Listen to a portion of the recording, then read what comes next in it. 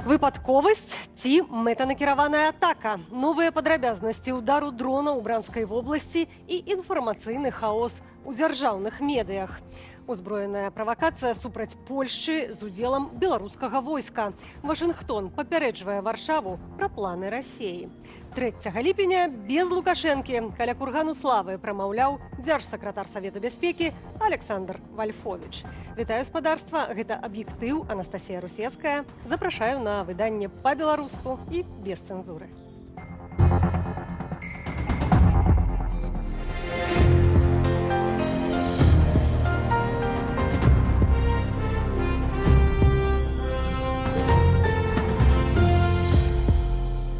Пад удар дрона ў Бранскай вобласці трапіў не толькі аўтобус, але і беларускія фуры. Пра гэта паведаміла дзяржаўнае тэлебачанне. У гісторыі з учорашнім інцыдэнтам з атакаю на беларускі аўтобус у Бранскай вобласці дасюль шмат пытанняў. Што гэта быў за беспілотнік? Ці аўтобус быў цэллю ўдару? І чаму прапаганда цэнзуравала Вальфовіча? Алесь Яшченко. По имеющейся у нас информации, во время атаки дрона, кроме автобуса с пассажирами, пострадали и 3 белорусские фуры, одна из которых сгорела полностью. Паведаміла беларускае дзяржаўнае тэлебачанне. Дык ці была атака на аўтобус? Ці цэлямі былі ўсё ж фуры? Напярэдадні расійскія ўлады, а пасля беларускія дзяржаўныя медыі апавялі. На станцыі памежнага пункту пропуску Красны камень у Бранскай вобласці дрон ударыў у аўтобус рэйсу Менск-Анапа. У ім былі 12 асобаў, кіроўцы атрымалі лёгкія раненні. Пазней колькасць пасажыраў і пацярпелых узрасла да 19 і 3 адпаведна. Да таго ж спачатку вялося пра лабавое сутыкненне, і ў сеціве нават з'явіўся фэйкавы здымак. Пасля паведамілі пра выбух у блізкасці ад транспартнага сродку. Ці магчыма, што дзесьці побач выбухнуў дрон? Так, магчыма. Ці было нейкае сутыкненне, нейкі удар прямы ў аўтобус? Не было. Ён бы так не ехаў. Ён увогуле бы не паехаў. Як і пасля інцыдэнту з аўтобусам, які 17 чэрвеня вёз беларускіх дзяцей у Геленджык і быў атакаваны дронам у Бранскай вобласці, беларуская прапаганда і гэтым разам падхапіла наратывы расейскай. Вінаватая Украіна, удар быў мэтанакіраваным. Беларускія ўлады хочуць дээскалацыі канфліктнай сітуацыі, а прапаганда падыгрывае Крамлю ў тым, што эскалуе сітуацыю.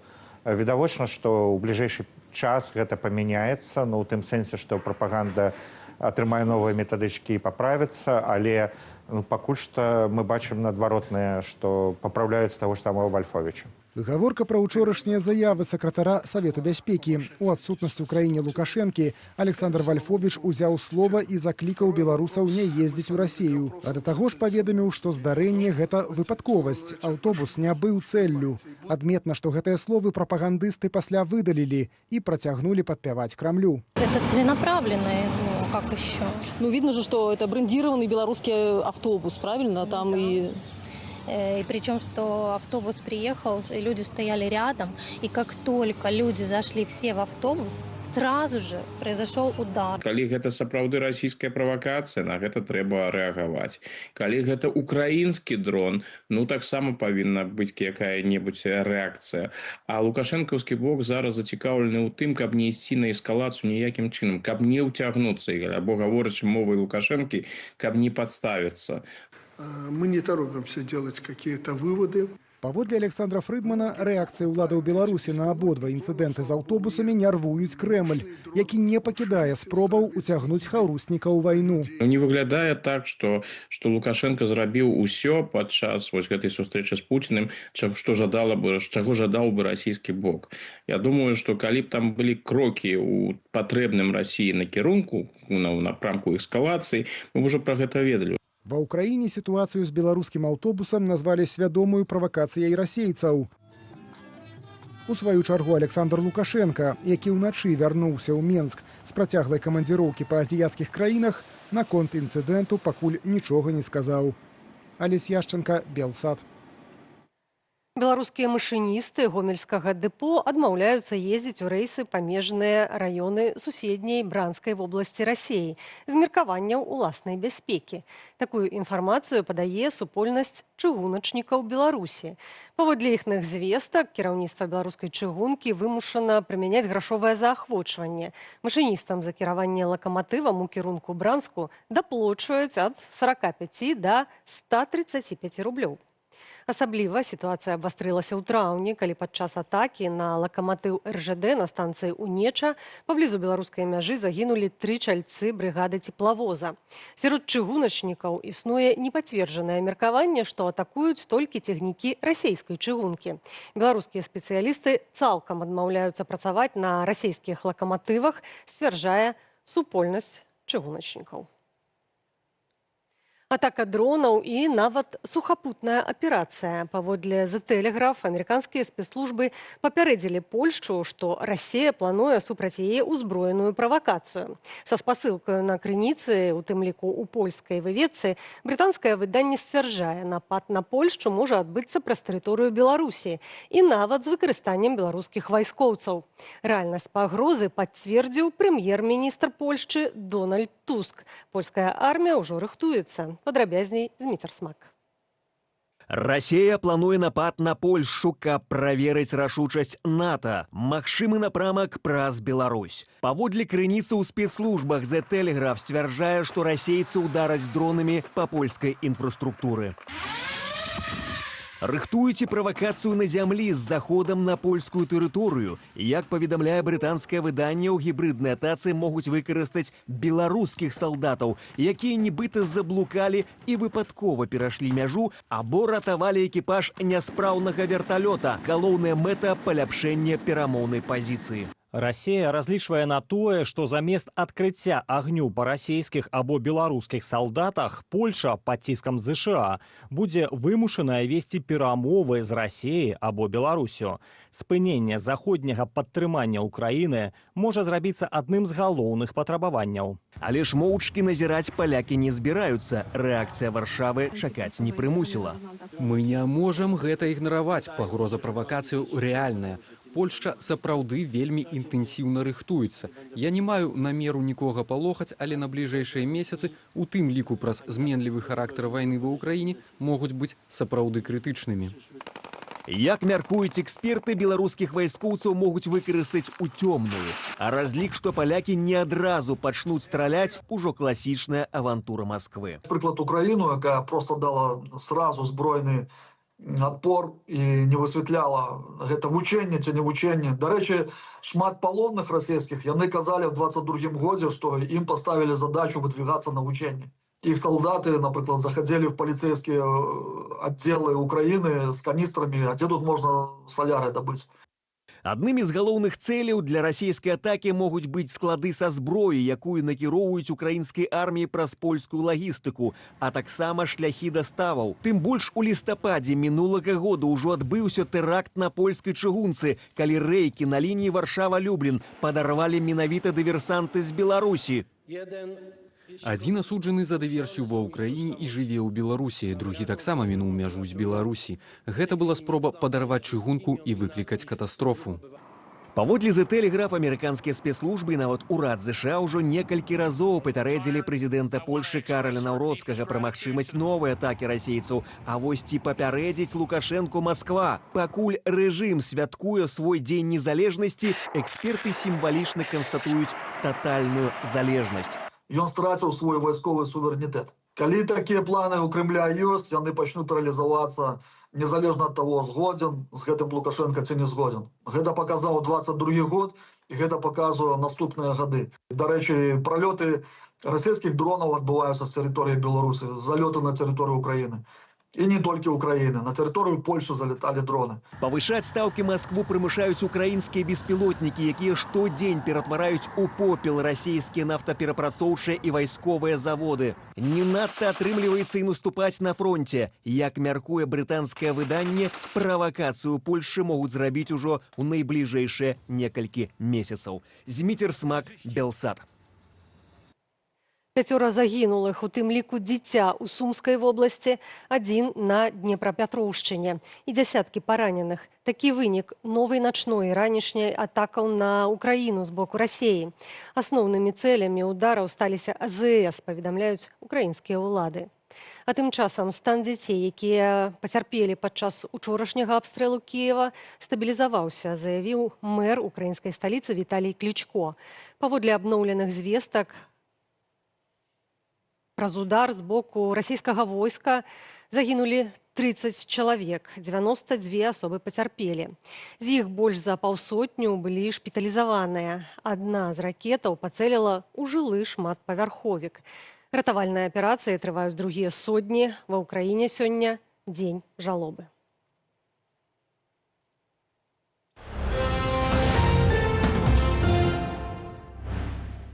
Дзень незалежнасці ў гадавіну вызвалення Менску ад нацысцкіх захопнікаў. Галоўнае свята Беларусі 3 ліпеня адзначаецца з ініцыятывы Аляксандра Лукашэнкі.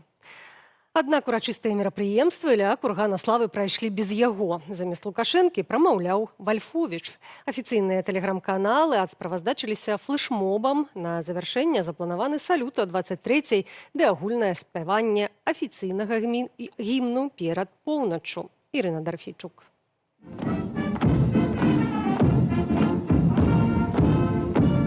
Тэатралізаваныя мітынгі і канцэрты, ускладанне кветак і салдацкая каша. Такія карцінкі сёння можна было пабачыць у розных беларускіх гарадах. 3 ліпеня ў нашай краіне афіцыйны дзень незалежнасці.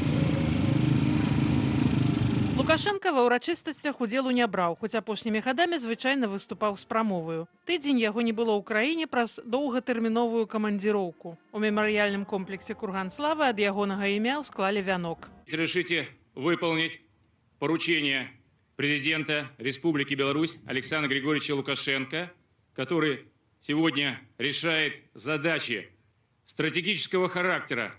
Ну, конечно же, не Вальфович не скажет, что человек стомился, человек спит. И он уже не молодый, как так хутка и оперативно удзельнічаць ва ўсіх мерапрыемствах.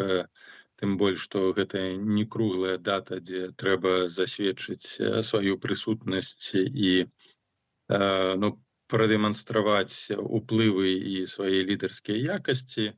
Лукашенко абышоўся кароткім тэкставым віншаваннем, у якім традыцыйна гаворыцца пра вызваленне Менску ды важнасць 3 ліпеня. Аднак вызваленне сталіцы ў 1944 годзе не азначала вызвалення ўсёй Беларусі. Нашыя землі заставаліся пад нямецка-фашысцкай акупацыяй яшчэ некалькі тыдняў. Ніякай незалежнасці 3 ліпеня не было. Не ўся тэрыторыя Беларусі была вызваленая да гэтай даты. І сапраўды Беларусь заставалася часткай Савецкага Саюзу, таму пра што можа ісці гаворка. Гэта ваенная перамога, важная дата, але гэта ніякім чынам не наблізіла беларускі народ да незалежнасці. Днём незалежнасці 3 ліпеня прызначылі пасля рэферэндуму 1996 года, ініцыяванага Лукашэнкам. Датуль жа святам незалежнасці лічылася дата прыняцця дэкларацыі аб суверэнітэце перад распадам Савецкага Саюзу 27 ліпеня 1990 года. 27 ліпеня сапраўды можна было б святкаваць дзень незалежнасці, таму што гэта сапраўды не быў падарунак, гэта не звалілася на беларусаў з неба, гэта была праца пакалення беларусаў 70-х, 80-х гадоў, ну і, канешне, ранейшых, якія дамагаліся таго, каб гэта наўпрост адбылося. Святлана Ціхановская ў звароце з нагоды гадавіны вызвалення Менску падкрэсліла, што дата 3 ліпеня павінна заставацца ў памяці, але нагадала, што незалежнасць пачынаецца са свабоды і права самім вызначаць лёс сваёй краіны. Я ведаю, што дзень, калі мы сапраўды зможам назваць нашу краіну незалежнай і свабоднай, прыйдзе неўзабаве. А слова «вызваленне» застанецца ў нашай памяці пра мінулае, а не будзе сучаснай патрэбай. Сярод тых, хто павіншаваў Лукашэнку і беларускі народ з днём незалежнасці, кіраўнікі Расіі, Кітаю, краінаў Афрыкі, хаўруснікі з АДКБ. Прыйшлі, аднак, і віншаванні ад генеральнага сакратара ААН Антоніо Гутэрэша, папы рымскага Льва XIV і Дональда Трампа, які выказаў спадзяванне на сустрэчу ў будучыні. Ірына Дарафейчук, Белсат. Беларусь выступіць крэдыторам Мьянмы. Гэта вынікае з пастановы Савету міністраў Беларусі, што з'явілася на афіцыйным прававым партале. Згодна з ёй грошы выдадуць на фінансаванне паставак у Мьянму спажывецкіх ды іншых тавараў, якіх канкрэтна дакумент не ўдакладняе. Тэрмін пагашэння крэдыту не большы за 5 гадоў, а сам крэдыт прадугледжаны ў 4 валютах – беларускіх, расійскіх рублях, юанях і доларах США.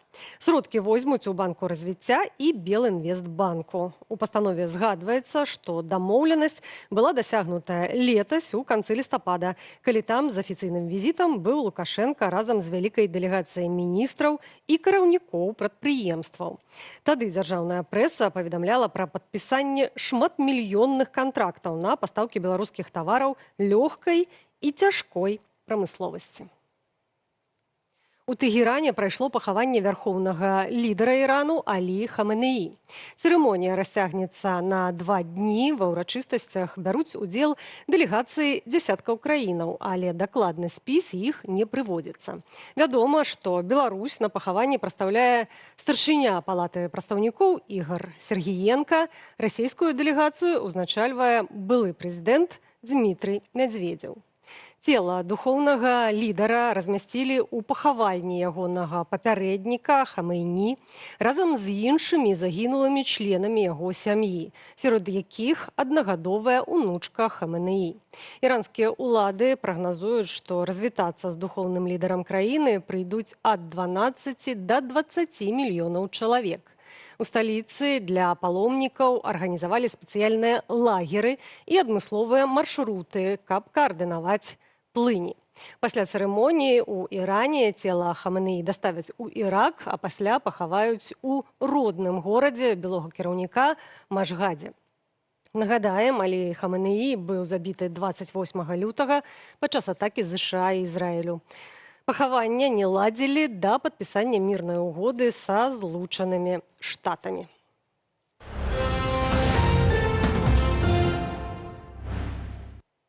На чэмпіянаце свету па футболе вызначаныя 13 з 16 камандаў, якія прабіліся ў 1/8 фіналу. Чарговы гульнёвы дзень накаут-раунду выдаўся цікавым на падзеі, але перамаглі тыя зборныя, якія лічыліся ў букмекераў фаварытамі. Безумоўна, гучная афіша 1/16 фіналу значылася супрацьстаянне топавых зборных Партугаліі і Харватыі. Іх лідары, 2 галоўныя ветэраны сусветнага футболу, Крыштыяну Раналду і Лука Модрыч, разам маюць ужо 81 год. Падрабязнасці чарговага дня мундыялю ў наступным матэрыяле. Двубой зборных Партугаліі і Харваты ў Таронта не толькі не падмануў чаканняў, але нават іх перасягнуў. Аднак да перапынку быў даволі сумны футбол у выкананні абедзвюх камандаў. Усё самае цікавае адбылося пасля антракту. Харваты адкрылі лік дзякуючы голу Перышыча, аднак хутка Раналду з пенальці аднавіў раўнавагу. Лёс сустрэчы вызначыўся ўжо скампенсаваны арбітрам час. Ажно на 113-й хвіліне перамогу Партугаліі прынёс дакладны удар Рамуша. Гэта было несправядліва. Яны падарылі ім вікторыю, бо Раналду павінен быў перамагчы. Мне шкада Модрыча, мне шкада ўсю краіну. Усяго найлепшага ўсёй Харватыі. Магчыма, гэты матч стаўся апошнім на ўзроўні зборных для легендарнага Лукі Модрыча. Партугалія прабілася ў 1/8 фіналу, дзе яе чакае сустрэча з моцнай Іспаніяй. Іспанцы ў 1/16 у Лос-Анджелесе правялі ўпэўнены двубой супраць зборнай Аўстрыі і разграмілі апанента 3-0. Мы лёгка абгуляем Партугалію і пройдзем далей. Пірынейцы маюць свайго бамбардзіра ў асобе Мікеля Оярасабаля, які ў гэтай сустрэчы аформіў дубль. Брамнік Унай Сімон у матчы не прапусціў ніводнага мяча і падоўжыў сваю сухую серыю ў фінальных турнірах чэмпіянатаў свету да 519 хвілінаў. Тым самым ён на 3 хвіліны перасягнуў рэкорд мундыяля ў 36-гадовай даўніны італьянца Вальтера Дзенгі. У выніку зборная Іспаніі атрымала першую перамогу ў матчах плэй-офф першынства свету з 2010 года, калі заваявала тытул. Узровень гульні увесь час павышаецца, мы забіваем галы. Думаю, мы здолеем перамагчы ў чэмпіянаце свету. Апошні матч гульнявога дня Швейцарыя перамагла Алжыр 2-0. Справа могла дайсці і да разгрому, аднак алжырскія абаронцы і галкіпер Зідан нярэдка ратавалі каманду. Афрыканская зборная, мабыць, выціснула з сябе той максімум, які ад іх чакалі. На большее мала хто разлічваў. Швейцарцам трэба чакаць выніку двубою паміж Калумбіяй і Ганай. Менавіта нехта з іх станецца супернікам еўрапейскай зборнай у 1/8 фіналу. Сустрэча адбудзецца ў Канзас-Сіці. Пачатак уначы а 3:30 менскага часу. Увечары а 21 гадзіне ў Дэласе сыдуцца зборныя Аўстраліі і Егіпту. І нарэшце апоўначы ў Маямі заўзятараў чакае інтрыгоўнае супрацьстаянне. Дэбютант мундыялю зборная Каба-Верде, якая ўпершыню ў гісторыі прабілася і ў плэй-офф, паспрабуе стварыць яшчэ адну гучную сенсацыю ў матчы супраць дзейных чэмпіёнаў свету Аргентыны. Павел Алейнікаў, Андрэй Сульжыц, Белсат. У аб'ектыве на гэтым ставім кропку. Больш інфармацыі знойдзеце на старонцы нашага тэлеканалу, а таксама у сацыяльных сетках. Далей наш інфармацыйны вечар працягне студыя Белсат, якую мы правядзём з Віталём Бабіным. Вітаю. Чаму айчынная прапаганда прыбірае выказванне лукашэнкаўскіх чыноўнікаў адносна сітуацыі з беларускім аўтобусам у Бранскай вобласці Расіі? Чаму Лукашенко не з'явіўся на Дні незалежнасці ў Менску? Палітык Павел Латушка і аналітык Вадзім Мажэйка ў нашай студыі неўзабаве. З імі і абмяркуем гэтыя тэмы. Запрашаем спадарства. Праз імгненне студыя Белсат, спадарства, заставайцеся з намі.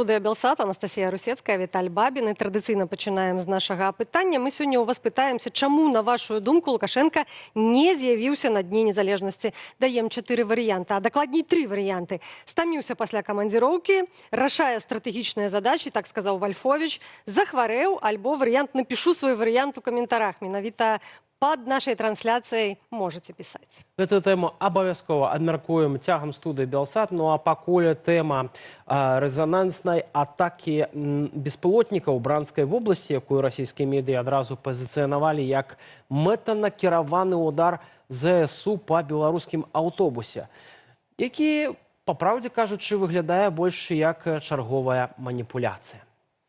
Паводле выдання «Флагшток» кадры з месца падзею паказваюць, што прапаганда нагнятае сітуацыю з дапамогаю фэйкаў. Крамлёўскія рэсурсы сцвярджалі, што дрон камікадзе пацэліў проста ў лоб аўтобуса. Аднак відэа наступстваў, паказанае беларускім дзяржаўным тэлеканалам, сведчыць, што беспілотнік біў не ў пасажырскі транспарт, а ў прыпаркаваныя побач цяжкавікі.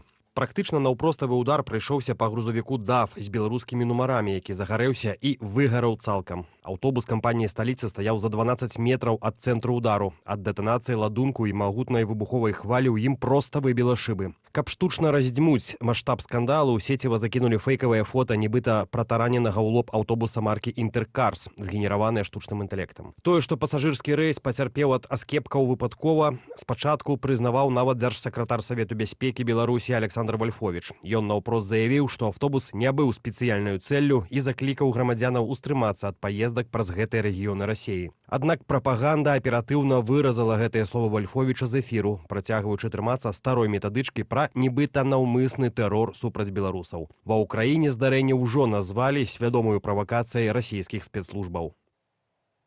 Павел Латушка, кіраўнік Народнага антыкрызіснага ўпраўлення і намеснік кіраўніцы Аб'яднанага пераходнага кабінету Беларусі, з намі на відэасувязі. Добрый вечар, спадар Павел. Добрый вечар. Добрый вечар, вітаю вас і ўсіх гледачаў. Спадар Павел, што здарылася? Чаму яшчэ учора сакратар Рады бяспекі Александр Вальфовіч заяўляў пра тое, што ўсё, што здарылася з беларускім аўтобусам у Бранскай вобласці, гэта выпадковасць, маўляў, не ездзіце ў Расію, а сёння гэтую заяву наогул выдалілі з эфіру? Я думаю, што зараз ідзе перацягванне каната паміж Расіяй і рэжымам Лукашэнкі, бо мы разумеем, што Лукашенко не хоча уступаць у вайну. Я думаю, што ўсе мы можам з гэтым пагадзіцца. Не таму, што ён любіць Украіну или украінскі народ, таму што ён боится реакции Украины. Украина выставила ультиматум. Лукашенко боится внутренней реакции. Мы ведаем, что у белорусов агульнанациональный консенсус об неготовности удзельнічаць у войне. А з іншага боку мы бачым, што Расія правакуе у тым ліку Лукашенку дзеля таго, каб ён все ж таки абудзіўся і пачаў больш праактыўна дзейнічаць у гарачай фазе агрэсіі супраць Украіны. Вось зараз, я думаю, ідуць сігналы. Калі Москва пачула выказванне Вальфовіча, я магу прадугледжваць, што з улікам прамога канала камунікацыі паміж сакратарыятам Савета бяспекі Расіі і дзяржаўным сакратарыятам Совета бяспекі Беларусі з Москвы мог паступіць такі просто сігнал. Мы бачым, што гэта ўсё інсцэніроўкі, што гэта справакаваныя Расійскай Федэрацыяй сітуацыі, каб выклікаць злосць у беларусаў, каб выклікаць у беларусаў агрэсію ў адносінах да Украіны, украінскага народа і каб прымусіць Лукашенка на гэта адрэагаваць. Неважна з іншага боку, што кажа Вальфовіч. Важна, што робіць у гэтай сітуацыі Лукашенка. Лукашенко ў гэтай сітуацыі, мы памятаем першы каментар пасля таго, як трапіў дрон ці нейкі часткі дрона ў аўтобус, які ехаў з Гомеля ў Геленджык, ён тады сказаў, што гэта дрон украінскага паходжання і хтосьці хоча ўцягнуць Беларусь у вайну. Аналагічную тэзіс паўтарыў Рыбакоў, пастаянны прадстаўнік Лукашэнкі пры Арганізацыі Аб'яднаных Нацый. Дрон украінскай вытворчасці і хтосьці нас хоча уцягнуць у вайну. Калі дрон украінскай вытворчасці, гэта не азначае 100% у каментарыі афіцыйна Мінска, што Мінск думае, што это зрабіла Украіна. Гэта раз. Калі хтосьці хоча ўцягнуць Беларусь у вайну. А хто хоча ўцягнуць Беларусь у вайну? Но я думаю, кожны чалавек, які мае здаровы умысел, ён смысл, разумее сітуацыю, ён адкажа на гэта пытанне. Украіна не зацікаўлена адкрываць яшчэ 1084 кіламетра 200 метраў лініі фронту на поўначы, бо Украіне патрэбны рэсурсы адпаведныя матэрыяльныя чалавечыя дзеля таго, каб змагацца за вызваленне той тэрыторыі, якая акупавала Расійская Федэрацыя. Павел, вы узгадваеце, як адрэагаваў Лукашенка на папярэдні інцыдэнт з аўтобусам, у якім ехалі дзеці. Цяпер мы пакуль не маем рэакцыі Лукашэнкі. Сёння на сваё любімае свята ён не з'яўляецца, замест яго выступае Вальфовіч. На вашу думку, што гатовы сказаць Лукашенко і што ўсё ж такі, як ён адрэагуе? А вот давайте разберем эту ситуацию. Это беспрецедентная ситуация, калі псевдокіраўнік дзяржавы, бо я былы дыпламат, я думаю, кожны з гледачоў гэта дакладна ведае, што кіраўнікі дзяржавы на дзень незалежнасці сваёй дзяржавы прысутнічаюць на галоўных урачыстых мерапрыемствах. А гэты псевдокіраўнік, які назваў сабе прэзідэнтам, адсутнічае падчас урачыстасці.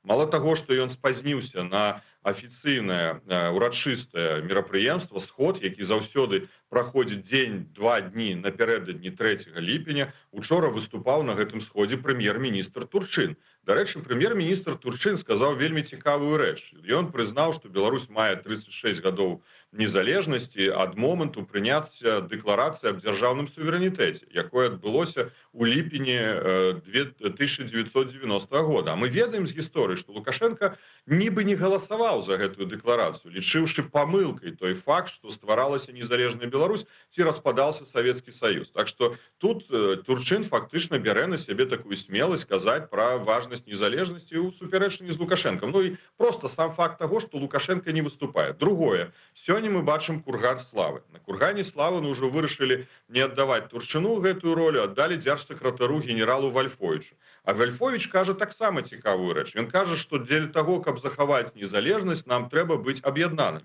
Я хочу сказаць Александру Рыгоровичу Вальфовічу, так, сапраўды, каб захаваць незалежнасць, трэба аб'яднання нацыі. Таму мы і прапаноўваем правесці круглы стол, дыалог з грамадствам, з дэмакратычнымі сіламі, бо ўсе разам мы хочам, каб Беларусь захавала сваю незалежнасць. Раз. Мы ўсе разам хочам, каб Беларусь не была ўцягнута ў агрэсію Расійскай Федэрацыі ці дэстабілізацыю сітуацыі на межах з Еўрапейскім Саюзам. Вось толькі што з'явілася заява, напрыклад, прэм'ер-міністра Польшы наконт магчымых агрэсіўных дзеянняў Расіі супраць балтыйскіх дзяржаў. дзяржаў з удзелам беларускіх вайсковых. Толькі што міністр замежных спраў Польшчы зрабіў заяву папераджальную для Пуціну, што Польша ведае пра агрэсіўныя планы Расійскай Федэрацыі. Мы разумеем, што ў гэтых планах будзе выкарыстоўвацца беларуская тэрыторыя і, не дай бог, яшчэ і военно абавязаныя, военнослужачыя беларускай арміі. Так вось тут, Александр Рыгорович Вольфович, нам сапраўды трэба сесці і дамовіцца, бо толькі грамадства можа разам адказаць Расіі, што мы гэтага не хочам, зрабіце гэты крок. Але мы бачым сапраўды двух вельмі цікавых людзей. Лукашенко перед выездам у гэтую доўгую камандыроўку сказаў Турчыну: вы будете кіраваць дзяржаву. І Турчын даў каментар СМІ, што у нас усё працуе, рэгламенты, ўсё адпрацавана, мы без Лукашэнкі справімся. Вольфович яшчэ раней казаў, што калі няма прэзідэнта Украіны, ён знікае. Всё не залежыць ад адной асобы. Ёсць Савет бяспекі, і мы справімся і без прэзідэнта, ну, яго прэзідэнта Лукашэнкі. Фактычна, мы бачым две асобы, якія праводзяць мерапрыемствы з нагоды Дня незалежнасці, якія публічна сказалі: а нам Лукашенко не патрэбны. Я думаю, што шмат чыноўнікаў, якія сёння бачылі і учора бачылі Турчына, выступаючага ў палацы на Дзень незалежнасці, які адзначае рэжым Лукашэнкі, яны з задавальненнем бы бачылі яго нават на пасадзе прэзідэнта. Усе стаміліся ад Лукашэнкі. Таму, а Лукашенко знік, да? Мы ўвогуле не ведаем. Ну, дзед, здаецца, стаміўся, шмат лётаў, да? І нават не мае сілу, каб прыйсці на свята на Дзень незалежнасці краіны. Ну, гэта вельмі дзіўная сітуацыя. Ну, гэта сапраўды нонсенс, а тое, што ў прынцыпе Лукашенко адсутнічаў у Беларусі падчас вось гэтых нібыта атакаў на беларускі аўтобус на тэрыторыі Расіі, ці Расія ў прынцыпе заўсёды намагаецца нешта справакаваць менавіта падчас адсутнасці Лукашэнкі ў Беларусі. Больш за тое, ён як бы дапускае, што калі яго не будзе, то там Турчын і Вольфович дадуць сабе рады, з'язджаючы ён гэта ў прынцыпе і казаў. А тут, у М'янме, калі гэта ўсё здарылася, ён знаходзіўся ў М'янме, у яго была магчымасць адрэагаваць на гэта нейкім чынам, але ён гэтага не зрабіў. Чаму, спадар Павел? Ён не адрэагаваў адназначна і на першы інцыдэнт. Зноў жа такі мы казалі, што не абвінаваціў Украіну, што хацела Расійская Федэрацыя. Там жа была цэлая спланаваная прапагандысцкая кампанія. Адразу выйшла некалькі матэрыялаў на ТАСС, на прапагандысцкіх расійскіх рэсурсаў. Была заява Захаравай, была ўзбуджана крымінальная справа следчым камітэтам Расіі па факту тэрарызма. Следчы камітэт Беларусі ўзбудзіў крымінальную справу, але невядома па якому артыкулу. Зараз ён таксама прамаўчаў, бо ён разумее, што Пуцін ад яго чакае вельмі жорсткай заяву ў адносінах да Украіны. Украіна дакладна сказала, што ўсё гэта спецаперацыі Расійскай Федэрацыі, гэта фейк. Украіна не наносіць удараў па аўтобусах, дзе едуць дзеці, ці едуць турысты. У іх няма такой мэты. Гэта зацікаўленасць абсалютна Расійскай Федэрацыі. Ён не можа атакаваць Украіну сёння, нават славесна, з пункту гледжання таго, што Зеленскі выставіў яму жорсткі ультыматум. Тое, што ён уцякаў з краіны, гэта паказала яго слабасць. З аднаго боку, лагічна, так, Зеленскі паставіў ультыматум, выключыць рэтрансляторы. Лукашенко хутенька сеў у самолет і паляцеў у Расійскую Федэрацыю, паламаўшы план свайго візіта ў Кітай, у Інданезію і ў М'янму. Там ён паламаны гэты план. Але яму трэба было папрасіць дазвола Пуціна пацвердзіць выключэнне гэтых рэтранслятораў. Хутчэй за ўсё, Расія ўключыла адзін з рэтранслятораў. Як мы ведаем сёння, і наколькі я ведаю, ёсць, і Вадзім Каванчук казаў, пацверджанне, што чацвёрты рэтранслятор быў знішчаны на тэрыторыі Беларусі. Узнікае вельмі сур'ёзнае пытанне. Лукашенко першы раз 2 месяцы таму назад Зеленскі сказаў: мы выключылі рэтрансляторы, якія знаходзіліся на дахах жылых дамоў у Гомельскай вобласці. Зараз Сырскі кажа і Кабанчук кажа, прадстаўнік па нацыянальнай абароне кабінета, знішчаны рэтрансляторы украінскім бокам. І Лукашенко маўчыць. Так дзе яго суб'ектнасць? На тэрыторыі Беларусі адбываюцца дзеянні канкрэтнай, тэарэтычна з удзелам узброеных сіл суседняй дзяржавы, на што яна, дарэчы, мае права. З пункту гледжання міжнароднага права гэта агрэсія, выкарыстанне рэтранслятору, гэта расійскія аб'екты. А ён маўчыць. Гэта мы бачым сёння вялікую слабасць Лукашэнкі. Таксама ў Пекіне ён хацеў падмацавацца перад Пуцінам, бо ён разумее, што Пуцін з яго не злезе. Пуцін будзе на яго націскаць. Пуціну патрэбна перамога. Перад 20 верасня выбары ў Дзяржаўную Думу. Зараз, калі ідзе параза, калі санкцыі Украіны настолькі моцна атакуюць унутры тэрыторыі Расійскай Федэрацыі нафтаперапрацоўку, Пуціну трэба змяніць успрыняцце ў расійскім грамадстве сваёй ролі, а значыцца і ролі партыі «Единая Россия». Россия, адзіная Россия, якая ідзе на выборах як галоўная партыя Путина. Бо нават камуністы уже крытыкуюць у Российской Федерации уладу Путина. Зюганов яшчэ раней сказаў, будзе рэвалюцыя як у 1917 годзе. Пазней я глядзеў, нейкая депутатка дзяржумных камуністаў таксама абрушылася з крытыкай на дзеянні ўлады ў Российской Федерации. Так что напружанне, не гледзячы на то, что Россия диктатура, напружанне унутры России перад выбарамі будзе ўзрастаць. А Украина яшчэ поставила ультиматум 40 дзён прымусу России до миру. Значыцца, гэтые 40 дзён прымусу і Беларусі до миру. Бо Лукашенко таксама атрымаў вельмі моцныя сігналы, і да яго прыязджаў начальнік галоўнага ўправлення выведкі Міністэрства обороны Украины. Я думаю, словамі ён яму яшчэ гэта давёў дадаткова. Павел, дзякуй вялікі за гэтую размову, за гэты каментар. Павел Латушка, кіраўнік НАУ, намеснік кіраўніцы аб'яднанага пераходнага кабінету, быў на відэасувязі. У працяг тэмы інцыдэнт з выбухам у Брянскай вобласці запусціў цэлую хвалю розных версій, ад украінскага удару да расійскай правакацыі, каму можа быць выгадны гэты інцыдэнт і чаму ў Беларусі прапаганда і чыноўнікі супярэчаць адно аднаму. Пра гэта распавёў палітычны аглядальнік Александр Фрыдман. Что тычыцца России, ўжо гэтая версія, конечно, есть. Яны адразу абвінавачваюць Украину, і яны будуць працягваць, што Украина імкнецца справакаваць Беларусь уцягнуць у вайну, і іншае. То бок гэтыя версіі, яны будуць прысутнічаць. Я не думаю, што мы даведаемся насамрэч пра што там адбылося, бо ізноў жа аб'ектыўнага расследавання тут чакаць не выпадае ў гэтых умовах. Ну і акрамя таго, гэта той выпадак, калі беларускі бок, афіцыйны бок, не зацікаўлены. Бо, прынамсі, калі гэта сапраўды расійская правакацыя, на гэта трэба рэагаваць. Калі гэта украінскі дрон, ну, таксама павінна быць якая-небудзь рэакцыя. А лукашэнкаўскі бок зараз зацікаўлены ў тым, каб не ісці на эскалацыю ніякім чынам, каб не ўцягнуцца, або, гаворачы мовай Лукашэнкі, каб не падставіцца. Ну і таму і прапанавана гэта афіцыйная версія, прапанавана яна Вальфовічам, сакратаром Савета дзяржбяспекі. Вось, Лукашэнкі на месцы няма, і, дарэчы, тое, што Лукашэнкі няма, гэта адбылося звычайны выпадак, а Лукашэнку вырашылі не турбаваць, прынамсі выглядае так, што з М'янмы ён заяву на гэты конт рабіць не будзе, і мы вось адразу бачым, што без Лукашэнкі гэты дзяржапарат працуе, ну, не вельмі ўпэўнена. З'яўляюцца розныя версіі. Вальфовіч кажа пра цяжкі стан людзей, якія пацярпелі ад гэтага удару. Міністэрства аховы здароўя кажа, што ну, вось, там усё больш-менш стабільна. У прапагандзе ідуць розныя абсалютна адзнакі, розныя ацэнкі. Ці існуе рэальнае жаданне Масквы залучыць беларускае войска на фронт, і чаму чуткі пра прамы ўдзел дагэтуль застаюцца толькі тэорыямі? Сваім меркаваннем падзяліўся палітычны аналітык Артём Шарайман. Самое главное, чего мы не видим, это желание это сделать. Потому что мифология о том, что Путин втягивает Лукашенко в войну, она не подтверждена примерно ничем. Если бы Путин поставил себе такую задачу, я думаю, сценарий бы нашелся. Можно спровоцировать Украину на удары по Беларуси, можно поставить в Беларусь заново ударные группировки, какие-то ударные установки, вернее, начать наносить удары по Украине дронами и ракетами с белорусской территории. Рано или поздно Украина будет на это отвечать. Удары прямые по Беларуси распространяют на ее территорию войну, и вот Беларусь втянута. Пока мы не видим этого, пока мы видим, что Беларусь помогает России всеми возможными другими способами, от топлива до военных поставок, оборудования и так далее, ремонта техники.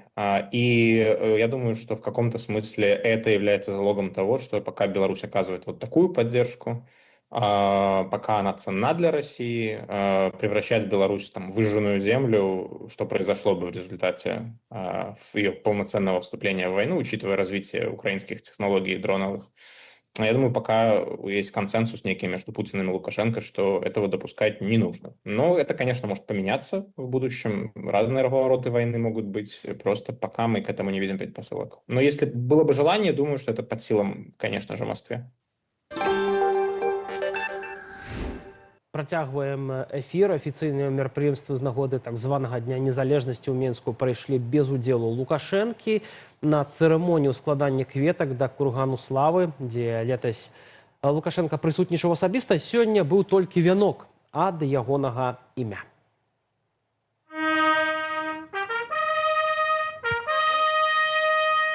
У адсутнасць дыктатара святочную прамову да рэжымнага дня незалежнасці зачытаў дзяржаўны сакратар Савету бяспекі Александр Вальфовіч. Ён адзначыў, што Лукашенко адсутнічае, бо, цытата, вырашае задачы стратэгічнага характару. Нагадаем, напярэдадні на ўрачыстым сходзе спікерам таксама выступіў не сам кіраўнік рэжыму, а прэм'ер-міністр Александр Турчин.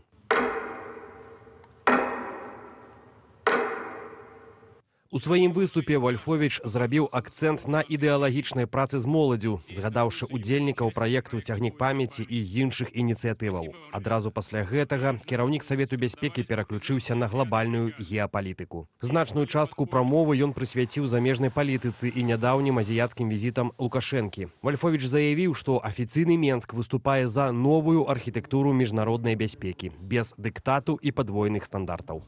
Вы только говорите, что надо.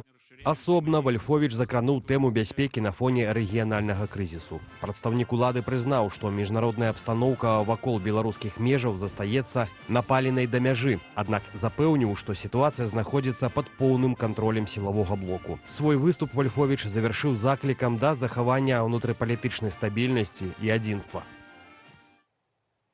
Як і абяцалі, Вадзім Мажэйка, кіраўнік Інстытуту даследаванняў бяспекі імя Касцюшкі, з'явіўся ў нашай студыі. Добрый вечар, Вадзім. Добрый вечар. Дзякуем, што далучыўся да нас. Тут нават бачым цэлы шэраг кіраўнікоў дзяржаваў віншавалі сёння асабіста Александра Лукашэнку з днём незалежнасці і ў тым ліку Дональд Трамп, які выказаў спадзеў на хуткую сустрэчу з ім. Ці гэта, в прынцыпе, варта было такога чакаць? Ну, каб вось прэзідэнт США віншуе Лукашэнку з днём незалежнасці Беларусі. Сапраўды вельмі цікавае віншаванне. Я б сказаў, што яно, відавочна, пісалася з такім падвойным дном, бо калі яго пачытаць, ну, па-першае, з днём незалежнасці віншуюць не Лукашэнку, а народ Беларусі. А ў дыпламатычнай практыцы гэта вельмі сумнеўная формула. Напрыклад, сам афіцыйны Менск такую формулу выкарыстоўвае для віншавання акурат тых краінаў, дзе дрэнныя адносіны з кіраўнікамі ўрадаў. І таксама там, дзе ёсць зварот вам, то вам толькі вельмі такое здзеклівае, я б сказаў, пажаданне мірнага і працвітаючага года. Вось у той самы час, калі, знаеш, ёсць гэтыя атакі, весь крызіс з рэтрансляторамі, пажаданне мірнага года, ну, такое сабе. Ну, а што тычыцца спадзева на сустрэчу, ну, ведаеце, сустрэчы бываюць рознымі. Я думаю, усе б мы хацелі ў пэўных абставінах таксама сустрэцца з Лукашэнкам. І мяне у тым, што гэта такое трохі з падвойным дном віншаванне, пераконвае таксама віншавальныя словы дзяржсакратара спадара Марка Рубіо, дзе таксама зварот толькі да народа Беларусі, і дзе таксама узгадана, нават, што гэта дзень незалежнасці, што гэта дзень вызвалення Менска ад фашыстаў, таксама пажаданне свабоды. Так што, я б сказаў, вельмі такая цікавая тут амерыканская пазіцыя і цікавае віншаванне. Узважанае, так? Ну, я б сказаў, такое віншаванне, дзе ёсць такое падвойнае дно, і гэта не проста такія толькі словы. Я б тут яшчэ звярнула ўвагу словамі Сергея Навумчыка, выкажуся, так? Ён сёння напісаў пра тое, што Трамп павіншаваў Лукашэнку з днём незалежнасці. Гэтае свята было усталявана ў выніку дзяржаўнага перавароту, які асудзіла сусветная супольнасць, у тым ліку і ЗША. Хацелася б спадзявацца, што гэтае віншаванне вынік усяго толькі некампетэнтнасці амерыканскага прэзідэнта і ягоных дарадцаў. Ну, я думаю, так, спадар Навумчык, ведаючы гісторыю, да, і мае права на сваё меркаванне адносна кампетэнцыю, але мне здаецца, тут, калі разбіраць па словах, акурат вельмі цікава сфармуляванае віншаванне. Тут няма словаў «віншуем вас», «містер прэзідэнт», вось гэта ўсё, што мы нават у нейкіх там публікацыях і Трампа раней маглі бачыць. Так што, я думаю, тут хутчэй яно адбываецца на тле таго, што не так квітнее, можа, дыпламатычныя адносіны Менска і Вашынгтона, як Менск бы хацеў.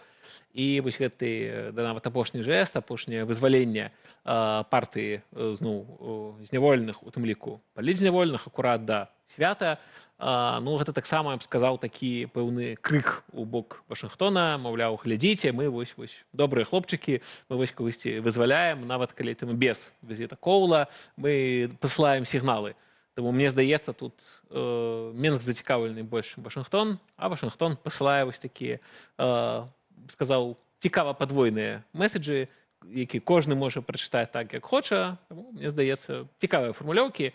Безумоўна, мы, можа, усе можам сабе ўявіць нейкі іншы ідэальны свет, дзе Вашынгтон бы, калі б, умоўна, мы пісалі гэтыя словы, мы, пэўна, трохі іначай напісалі. Але свет такі, які ёсць, я думаю, у сённяшніх умовах гэта вельмі добры тэкст, які можна чакаць з Вашынгтона.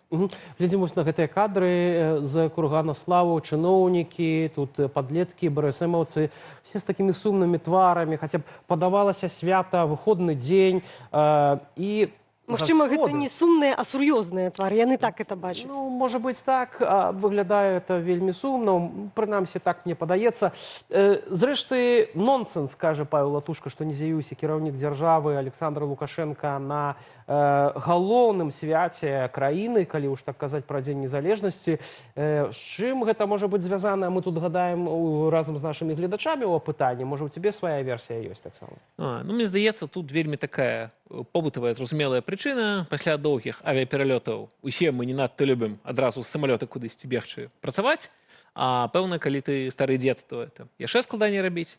Чыста па-чалавечы зразумела. Але тут, канешне, гэтага ёсць такая відавочная выснова, гэта відавочная прыкмета таго, што так, чалавек старэе, стамляецца. Ён ужо мяркуе, што ай, ну, халера, з тым святам прапушчу, нічога страшнага, стомленым даць адпачыць. Альбо ягонае атачэнне разумее таксама, разумеючы ягоныя настроі, так ўсё і плануе. І пры тым, што, ну, відавочна, палітычна, няма ніякіх бонусаў ад таго, што ім прапускае гэты дзень, сам прапускае сваё ж пад сабе напісанае свята. Але той момант, калі так, старому стомленаму чалавеку свой камфорт часам важней за нейкі такі палітычны бенефіт. І фактычна так чыноўнікі бачаць, што ягоныя функцыі, як то і бывае з тымі уладарамі, якія вельмі доўга сядзяць, ці часцей ягоныя функцыі выконвае ягонае атачэнне. Менавіта спадар Латушка ў папярэдняй размове ў нашым эфіры сказаў пра тое, што чыноўнікі адчулі, што Лукашенка ім не патрэбны, але менавіта гэта мае непакоіць Лукашенку. Натуральна, але таму кажу, палітычна яму б самому было лепей, канешне, там выступіць. Нават, здаецца, па лагістыцы ён, у прынцыпе, паспяваў бы. Але всякае бывае. І вось такімі вось, з аднаго боку, сама адсутнасць сённяшняга выступа, яна не вядзе на заўтра там, да, расколу элітаў, палацавага пераварота ці нечага такога. Але калі гэта назапашваецца, канешне, гэта проста яскрава чыноўнікам дэманструе, што бацька ўжо не бацька, а дзед, і дзед гэта стары, і так рукі слабеюць, не так моцна ўладу трымаюць. Кожны раз, калі за яго функцыі хайту, як Турчын выступаў, там казаў нейкія словы, сімвалічныя функцыі выдатна выконвае іншы чалавек. Ці як было з аўтобусам, калі і так, Вальфовіч цудоўна можа зрабіць заяву і без Лукашэнкі. Гэта ўсё яскрава дэманструе чыноўнікам, так проста супернаглядна, што замест яго так можа быць іншы, і нічога страшнага. Да аўтобуса, я думаю, мы яшчэ падыдзем да выказванняў Вальфовіча таксама. Я толькі згадаю, Віталь казаў, што мы пытаемся ў нашых гледачоў, чаму Лукашенка не з'явіўся на Дні незалежнасці. І вот мы бачым, што 36% больш за ўсіх кажуць пра тое, што стаміўся пасля камандзіроўкі.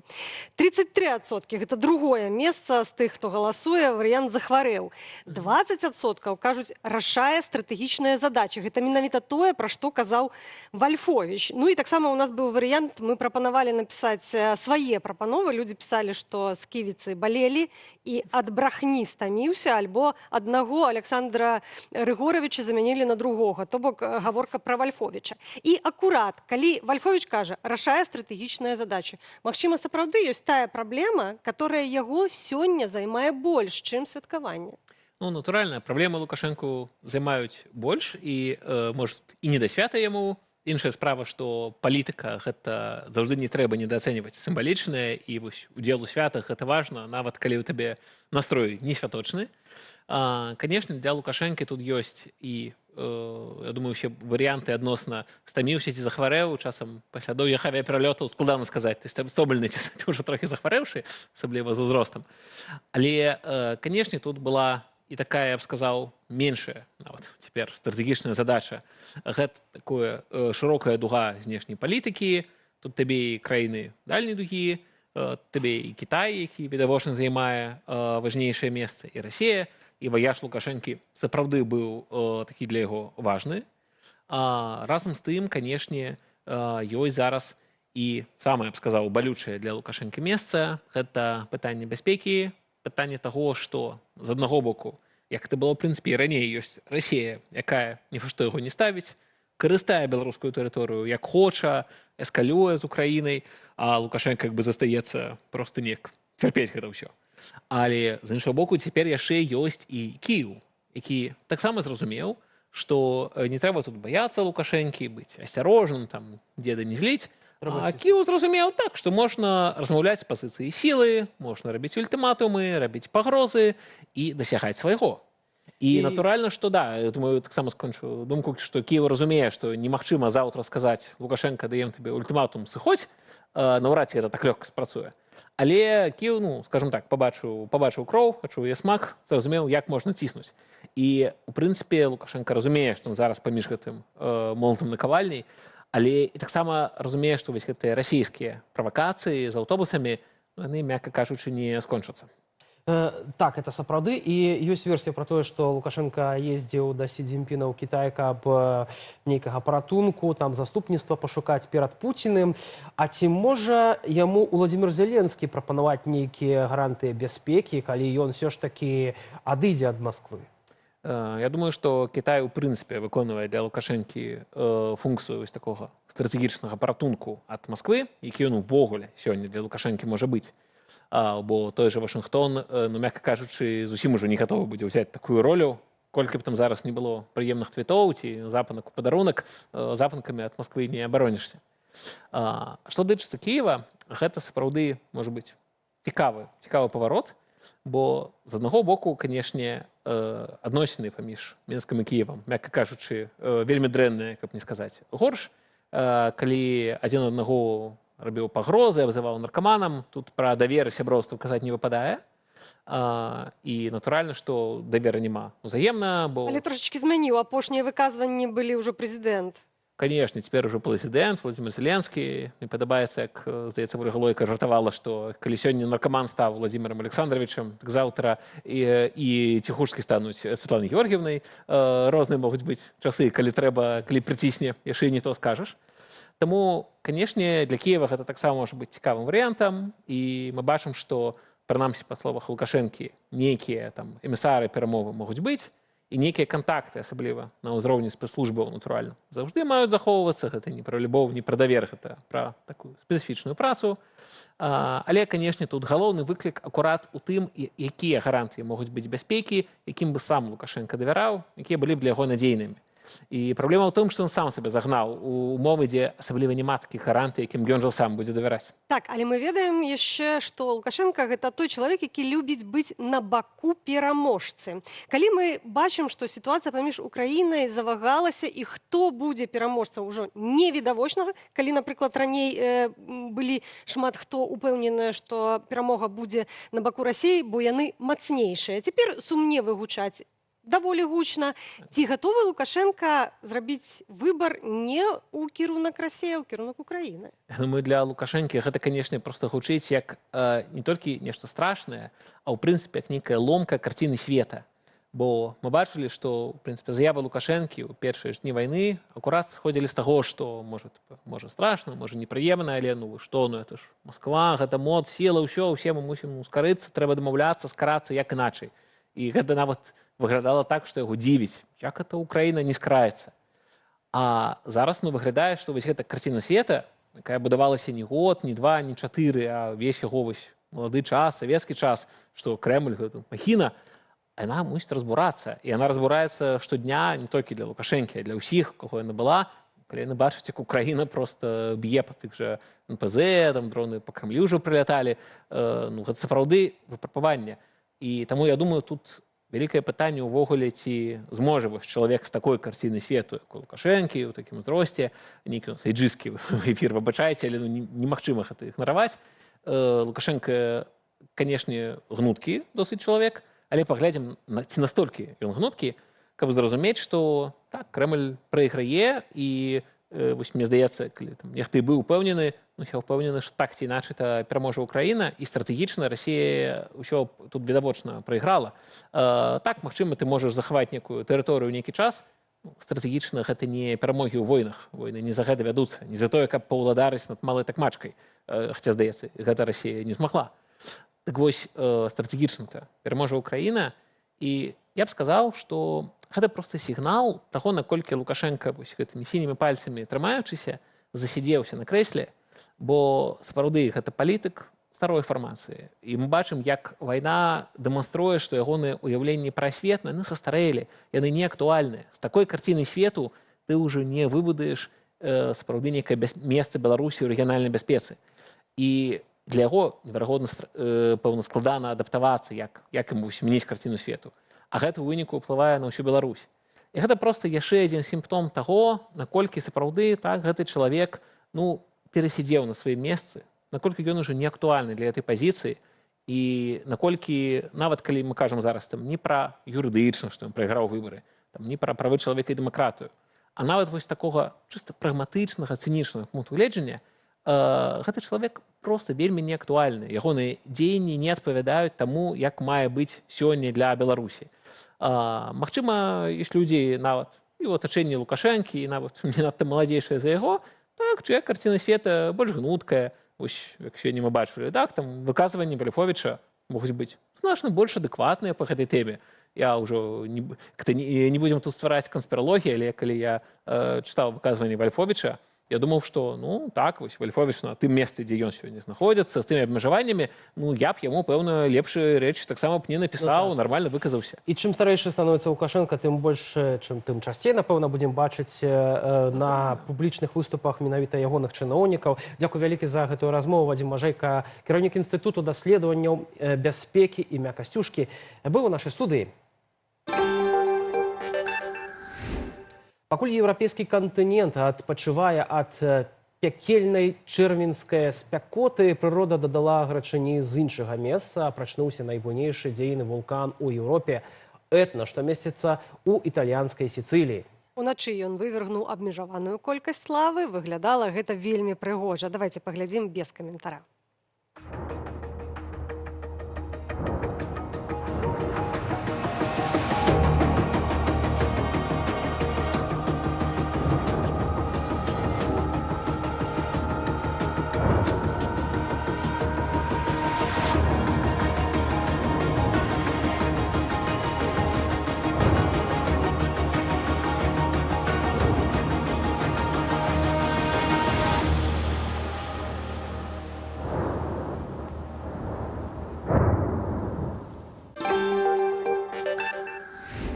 І на завяршэнне наш супольны з Багамедыі дайджэст пра жыццё рэгіёну. Гэтым разам пачынаем з Пінску, дзе мясцовыя ўлады з помпай адкрылі суперсучасны кабінет МРТ у цэнтральнай больніцы. Чыноўнікі з гонарам заявілі, што горад дагнаў абласны цэнтр, а чэргі на дыягностыку вось-вось сойдуць у нябыт. Але прыгожая карцінка імгненна сутыкнулася з суровай рэальнасцю.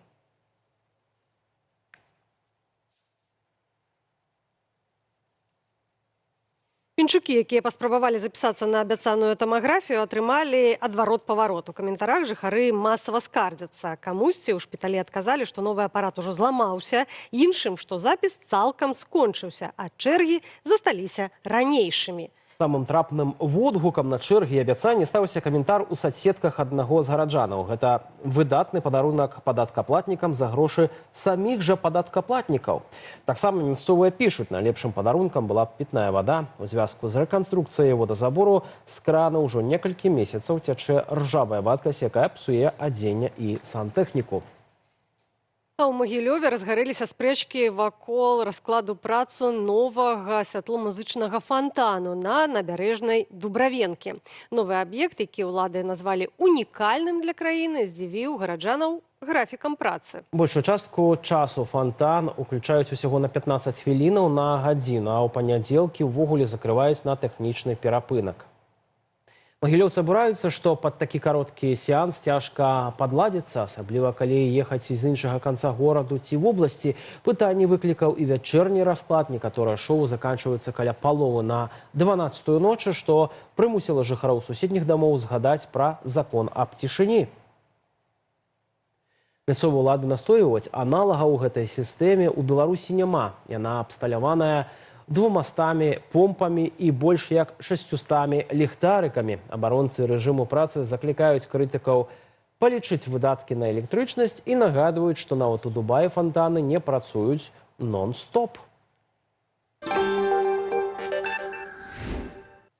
Гаспадарства, на гэтым наш эфір завяршаецца. Мы дзякуем усім, хто ўзяў удзел у нашым галасаванні, а таксама пісаў каментары і выказваўся наконт таго, чаму Лукашенка не з'явіўся на Дні незалежнасці ў нашых каментарах пад відэа. Ну а ў студыі для вас працавалі моя каляжанка Анастасія Грусецкая. А таксама Віталь Бабін. Зычым гаспадарству добрых выходных. Да сустрэчы ў наступных эфірах.